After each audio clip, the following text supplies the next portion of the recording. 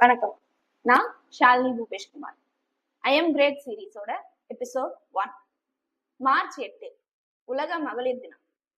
ஞானம், நல்லறம், வீரம், சுதந்திரம் இது நாளும் பெண்களுக்கான குணம்னு பாரதி சொல்றாரு. அப்படிப்பட்ட ஒரு பெண்ணை பத்தி தான் இன்னைக்கு நான் சொல்ல போறேன். 7,000 கோடி கடன், ஸ்கூலுக்கு போற 2 சின்ன குழந்தைங்க, தன் நிறுவனத்தை நம்பி இருக்கிற 25,000 ஊழியர்கள், இதையெல்லாம் விட்டுட்டு தன் கணவர் தற்கொலை செஞ்சு இறந்துடுறாரு. இந்த நிலைமையில இருக்கிற ஒரு பெண் என்ன செஞ்சிருப்பாங்க? அவங்க நினைச்சிருந்தா இந்த நாட்டை விட்டே போயிருக்கலாம், இந்த கடனுக்கும் எனக்கும் சம்மந்தம் இல்லைன்னு ஒதுங்கி இருக்கலாம், இல்ல இருக்கிற சொத்தை எல்லாம் வித்துட்டு முடிஞ்ச அளவுக்கு கடனை கட்டிட்டு அதுக்கு மேல அவங்க வாழ்க்கைய அவங்க பார்த்துட்டு போயிருக்கலாம். ஆனா அவங்க இது எதுவுமே செய்யல. இழப்பதற்கு எதுவும் இல்லை நமது கையிலே, பெறுவதற்கு உலகம் உண்டு துணியும் பொழுதிலேன்னு சொல்லுவாங்க. அந்த மாதிரி துணிஞ்சு இறங்கி இன்னைக்கு 96% தன் கடனை கட்டி தன் நிறுவனத்தை மீட்டெடுத்து இன்னைக்கு நடத்திக்கிட்டு இருக்காங்க. அவங்கதான் மாளவிகா ஹெக்டே. அவங்க மீட்டெடுத்த அந்த பிராண்ட் தான் cafe coffee day. Early 90s western கண்ட்ரீஸ்ல ஸ்டார்பக்ஸ், நெஸ்ட்லே இந்த மாதிரி எலைட்டான காஃபி பிராண்ட்ஸ் இருக்கும்போது, இந்தியாவில் அந்த மாதிரி ஒரு காஃபி பிராண்ட், காஃபி எக்ஸ்பீரியன்ஸ் வேணும்னு சொல்லி முதல்ல உருவாக்குனவர் என்டர்பிரனர் சித்தார்த்தா.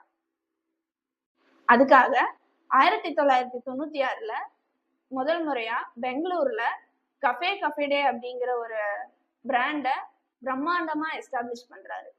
வெளியே ஒரு கடையில 5 ரூபாய் கொடுத்து குடிக்கிற காஃபிய உன் கடையில யார் 25 ரூபாய்க்கு குடிப்பா அப்படின்னு எல்லாரும் கேலி செஞ்சாங்க.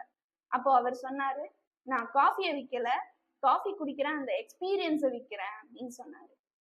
கொஞ்சம் கொஞ்சமா நிலத்துல இன்வெஸ்ட் பண்ணி 5,000 ஏக்கர் சொந்த நிலத்துல காஃபி பிளான்டேஷன் பண்ணாரு.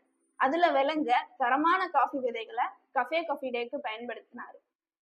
கஃபே காஃபி டே படிப்படியா வளர்ந்துச்சு. 2019 இந்தியாவில மட்டும் இல்லாம நேபாள், ஸ்ரீலங்கா, மலேசியா போன்ற நாடுகள்லயும் உலகெங்கும் 1752 அவுட்லெட்ஸ் கொண்ட ஒரு பெரிய காஃபி பிராண்டா கஃபே காஃபி டே எஸ்டாப்ளிஷ் ஆச்சு.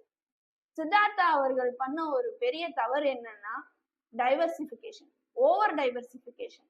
அதாவது அவரு கஃபே காஃபி டே மட்டும் மெயின் ஸ்ட்ரீம் பிசினஸா பண்ணாம வேறு சில தொழில்கள்லையும் அவர் முதலீடு செஞ்சாரு. ட்ரேடிங், அவரு நிலத்துல விளைஞ்ச அந்த காஃபி விதைகளை எக்ஸ்போர்ட் பண்ணாரு. ஷேர் மார்க்கெட்ஸ்ல நிறைய இன்வெஸ்ட் பண்ணாரு. அதனால சில இழப்புகள் வந்தது. அதனால கடன் சுமை ஏறிக்கிட்டே போச்சு. அதனால அந்த கடன் சுமையால வந்த அழுத்தம், அந்த கடன் கொடுத்தவர்களால் ஏற்பட்ட அவமானம், இதெல்லாம் தாங்கிக்க முடியாம 2019 நேத்ராவதி ஆற்றுல பாஞ்சு தன் உயிரை மாய்ச்சிக்கிறாரு. கணவர் இறந்த பிறகு வேறு வழி இல்லாம சூழ்நிலை நிர்பந்தம் காரணமா கஃபே காஃபி டேவோட சிஇஓவா பணியமர்த்தப்படுறாங்க மாளவிகா ஹெக்டே. யார் இந்த மாளவிகா ஹெக்டே? கர்நாடக மாநிலத்தோட முன்னாள் சிஎம் திரு SM கிருஷ்ணா அவர்களுடைய மகள். வெளி உலகம் தெரியாம சுத்தி இருக்கிறவங்களால பேம்பர் பண்ணப்பட்டு ரொம்ப செல்லமா வளர்க்கப்படுற ஒரு பெண்.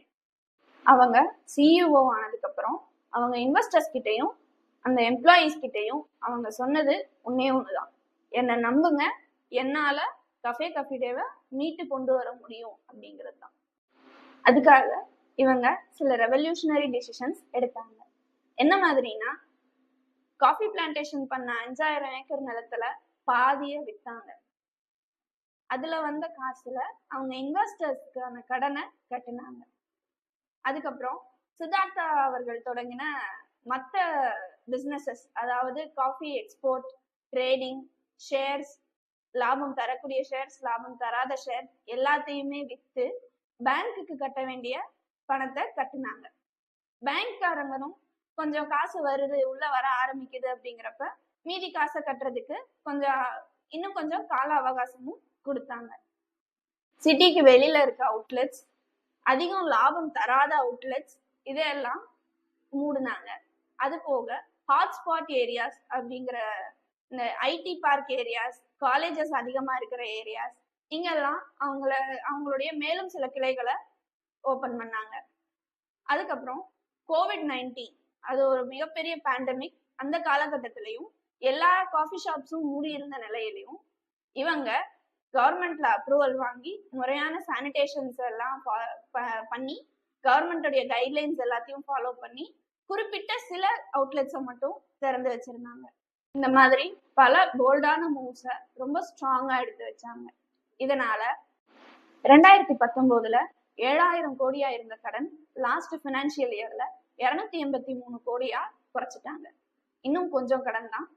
வர்ற ஃபினான்ஷியல் இயர்ல அதையும் முடிச்சுட்டா இனி கஃபே காஃபி டே லாபத்தின் திசையில உயர ஆரம்பிச்சிடும். Greatness begins beyond your comfort zone.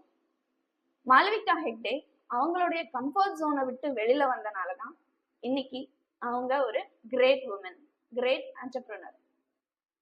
இந்த உமன்ஸ் டேல நீங்களும் உங்களுடைய கம்ஃபர்ட் ஜோனை விட்டு வெளியில வந்து உங்களோட கிரேட்னஸை தேடிக்கோங்க. எல்லாரும் என் கூட சொல்லுங்க, ஐ எம் கிரேட்.